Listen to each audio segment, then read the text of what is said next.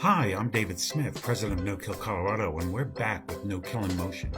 Through this current state of COVID-19, we have not recorded for a few weeks, but there is much going on, so much going on. We had to get together to talk about the remarkable changes happening in the shelter industry all across the nation. We'll be looking at what is happening here in Colorado as well as New Jersey with Alan Rosenberg of New Jersey Animal Observer, Aubrie Kavanaugh in Alabama from No Kill Huntsville, and Mike Fry from Minneapolis and No Kill Learning. COVID-19 has changed how shelters are operating, and a lot of it is actually good news. Can we continue to keep animals out of the shelters and foster and adopted after this crisis passes? And how is prohibition of spay-neuter in some areas playing into this temporary paradigm? Stay tuned as we talk about these subjects for the next 15 minutes. Welcome to No Kill in Motion.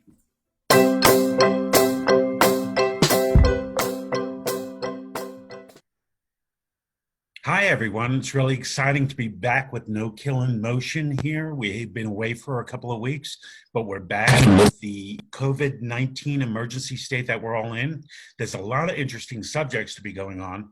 And we'd like to start with talking about actually how COVID-19 has actually changed the sheltering world.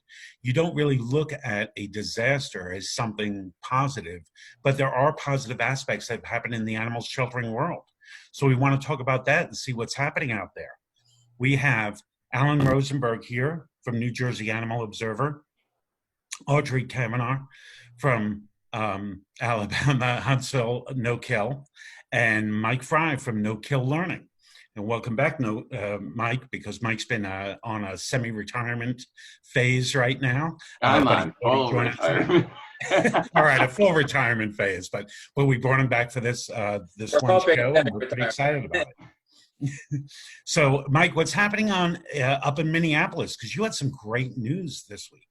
Well, you know, it's been a really exciting time for me. At the end of 2019, Minneapolis Animal Control achieved its first ever save rate above 90%. And consistently since that time, it's been at 94, 95. They've even seen 97% save rate out of Minneapolis Animal Control, which is particularly exciting for me because I've been working for that change for nearly 20 years. Furthermore, it was the last animal shelter in the greater Twin City metro area to achieve that status, which means now the greater Twin City metro area, the entire thing is a no-kill community of more than 3.2 million people. Wow. And it's just been really exciting and inspiring to watch. And I was a little nervous about, the pandemic situation and how that was going to impact the animal shelter. But to my great pleasure, I have watched as animal control got very proactive, like many shelters around the United States, got very proactive. They were waiving adoption fees before, the quarantines all went into effect and things. And they literally emptied the building out of all, available animals long before, the closures of everything. They were so proactive. They had animal control officers delivering pets to people's homes with their adoptions. And they have done all kinds of proactive things, scaling back things like not wanting to take in healthy stray animals. They're encouraging people to go out to nextdoor.com if they find a friendly stray animal, dog or cat, and to get those animals reunited with their families without bringing them to the shelter.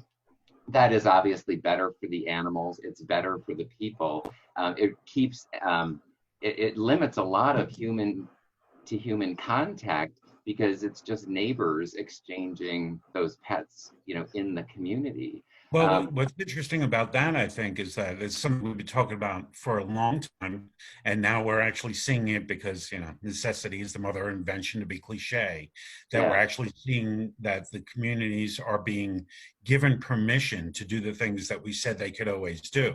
The community is always there. Aubrie, what are you seeing with COVID in your area? Well, it's interesting because I was talking to some contacts in the state about this recently.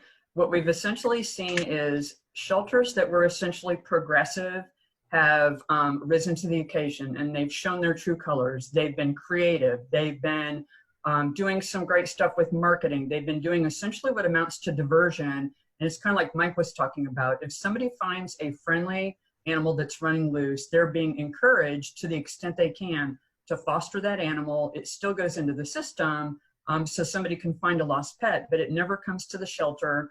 Then we learn about that animal's behavior in the event that they do need to go to a new home. And if people can't foster, the shelter will still take the animal, but we're essentially doing diversion.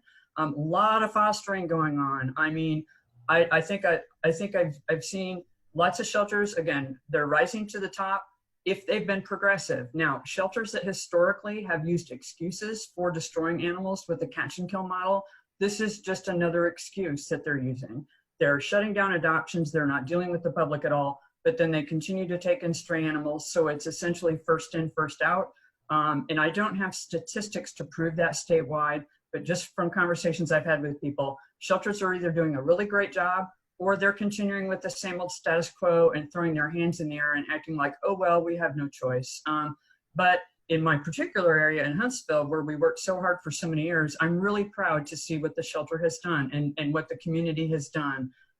People are really engaged, and we've talked a lot before about the fact that, and I just want to say this, I want to be the one to say it, we have proven that pet overpopulation is a source of killing, that it's a myth, because we've gotten all these animals into homes. It's not like all of a sudden some dynamic shifted other than one thing.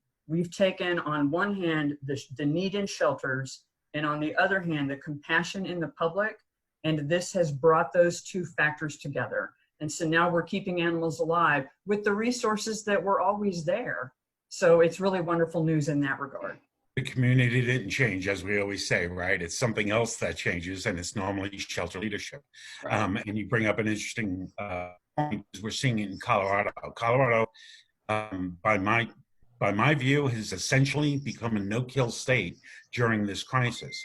We have empty shelters all over the place. I have a no-kill, the largest no-kill shelter in Colorado, had over 1,000 foster applications. They never have 1,000 animals in their possession at any one time. Rescues are actually getting in touch with us saying, hey, do you know any animals that need any help? The governor came out when he did his one of his executive orders and just mentioned while he was there, and he's mentioned it more than once, please foster or adopt a pet while this is happening. They really need your help, and that's helped a lot. So, Alan, what are you seeing in New Jersey right now? I would have to say similar things that you and Aubrie have experienced. So New Jersey, as you may have heard on the news, is the second hardest hit state for COVID-19.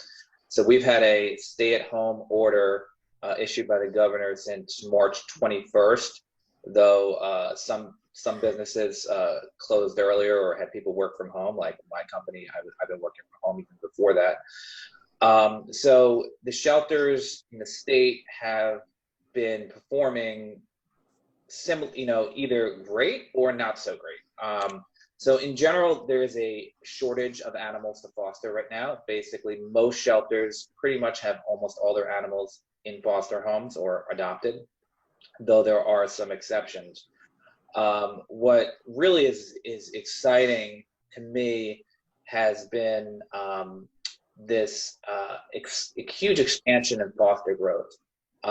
As you all know, the last couple of years, the no-kill movement has been really pushing this idea of large-scale shelter-based foster programs, where the shelters are administering the foster programs, and the benefits are obvious because animals are not going to be declining behaviorally. They're not going to get sick in a shelter. The shelter doesn't have to kill for space. The shelter can actually do more adoptions because it can have more animals under its care and adopt them to new homes. And of course, it's cheaper for the shelter to run when the animals are not being in the shelter; they're in a foster home. So I think this crisis is going to expand that difference between the great shelters and the really bad shelters. So I think the great shelters are going to have an overall shift in the amount of, in economics, they sometimes say a shift in demand, meaning some exogenous force comes in and just increases demand tremendously. And I think that's what's going to happen here. I think people who never thought they could foster animals, whether it be because they couldn't do it for work, or they couldn't fathom the idea, or they just didn't know about it, a whole bunch of the people at these good shelters that are fostering right now will be retained. Maybe some more people will be working from home in the future as companies realize that. So I think shelters that have done a good job, not just reaching out to fosters during this crisis, but also processing those applications. So we have one shelter here.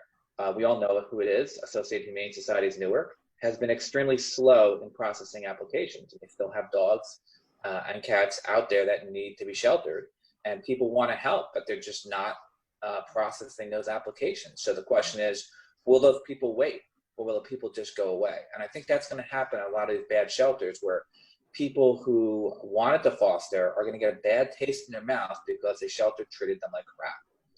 On the other hand, the really great shelters, you're seeing it in Pima Animal Care in Arizona and Casey Pet Project in Kansas City. They're going to likely have much, much larger foster programs, and they already have large foster programs. And you're going to see it in the future in terms of adoptions and just overall donations and volunteer support. So I think this crisis really is going to change that. And the one other thing I would say is a lot of shelters we're seeing here are doing adoptions by appointment, which is obviously something you need during a pandemic.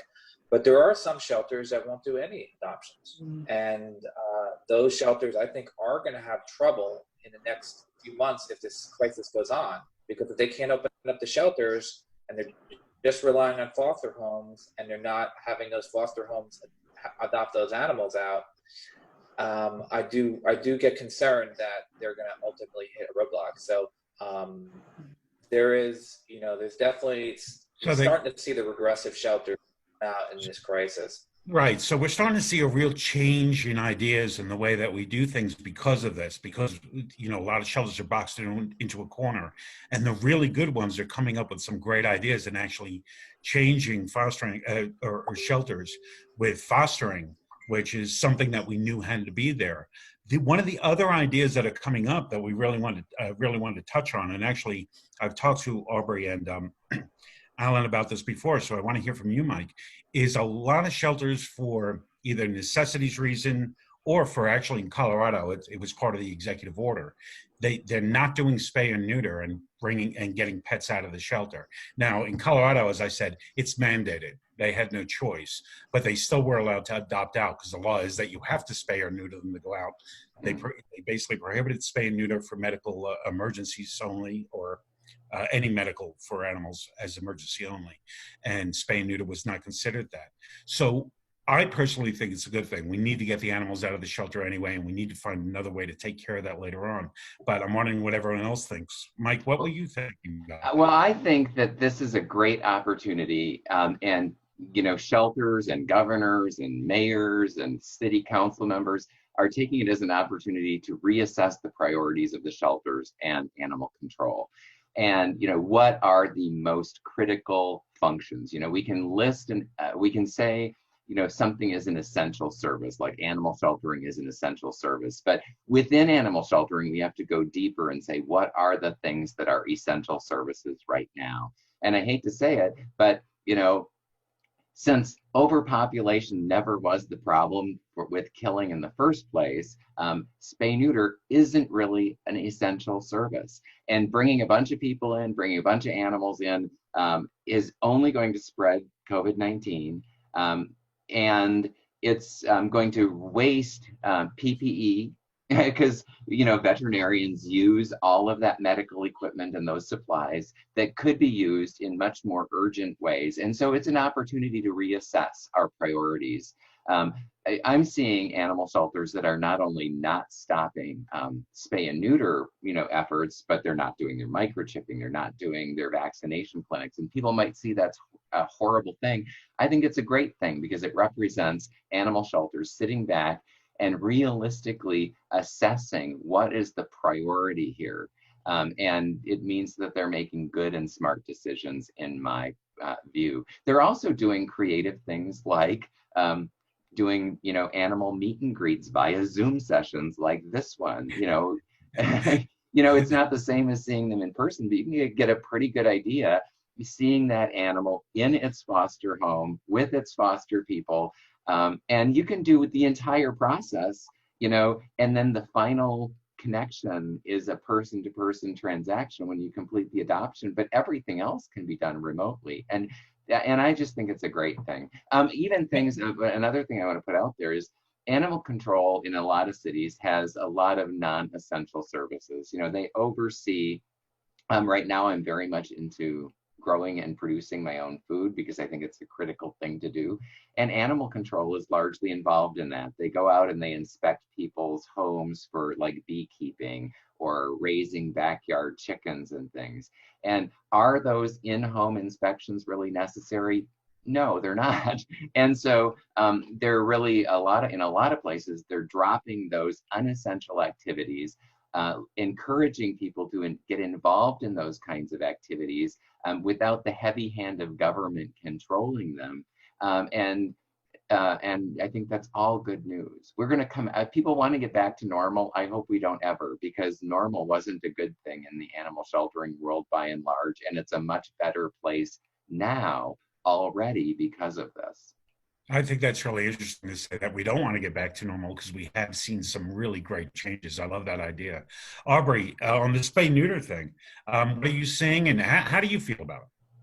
Well, it's interesting because, and I hate to say it, our state has a stay-at-home order in name only.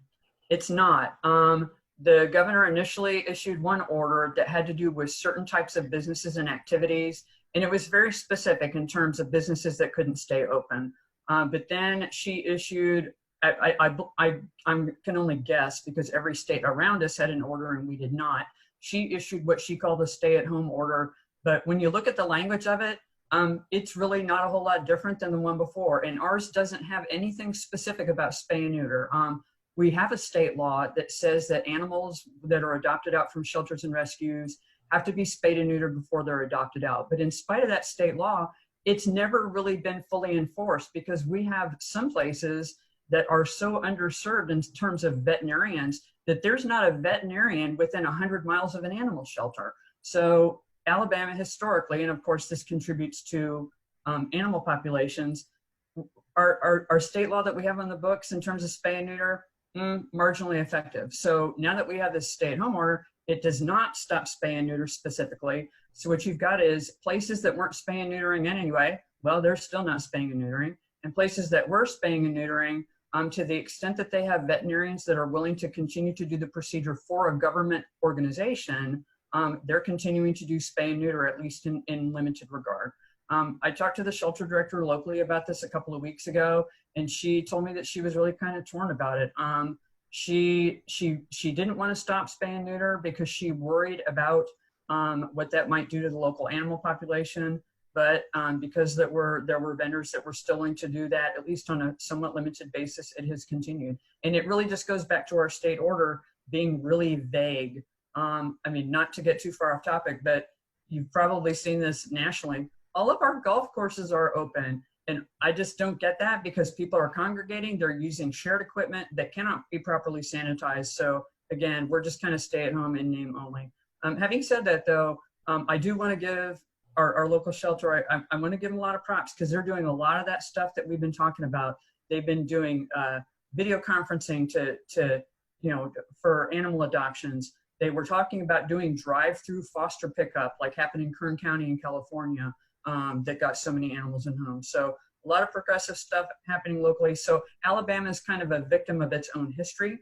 Having said that though, because there's so much more public involvement now, I hope that when we do have our restart, that this has been a restart in and of itself, connecting the shelters with the public, and that this is something that we will carry forward, that those people that have been fostering that didn't before, like you said, Alan, maybe they weren't sure about it. They thought it might be too difficult. Well, now they've seen how it works and they know the feel good that they get from having the animal short term and getting that animal into a new home. So I think that they're going to come back and foster, but how we handle it when we restart will be very important.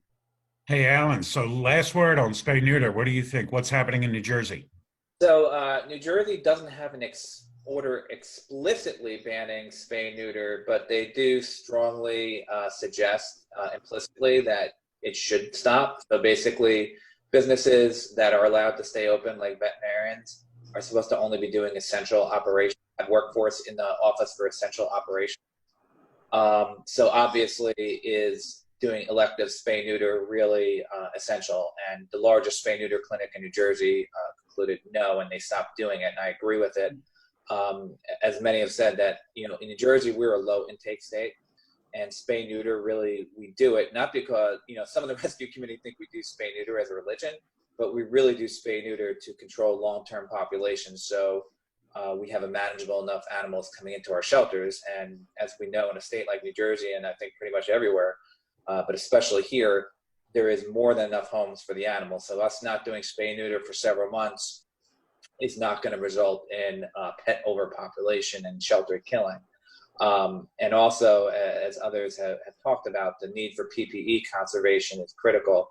Our hospitals are really in a shortage, and I think it would look terrible on the animal sheltering movement and industry that if we were just to basically hoard this stuff to do elective spay neuter surgeries. I think obviously there's some issues. You know, we do have, you know, what happens if a neighbor complains about a cat and the shelter did a shelter neuter return program and now they do catch and kill. That obviously can't happen. So there's always a caveat in it, but in general, shelters should stop doing spay neuter, and they certainly should not be doing you know, trapping cats that are healthy outside and bringing them in to the shelter when they shouldn't be. All right, well, that's great. This has been great, guys. It's a great no killing motion. I'm very excited to be back. Thank you for putting up with me as a host for the first time. Hope I didn't mess it up too much, and I look forward to talking to you all about this again. We know that there's going to be more information on COVID that we're going to want to talk about. We probably could have talked for 2 hours today, but our time's up. So thanks so much for coming today, and we'll talk to you next time.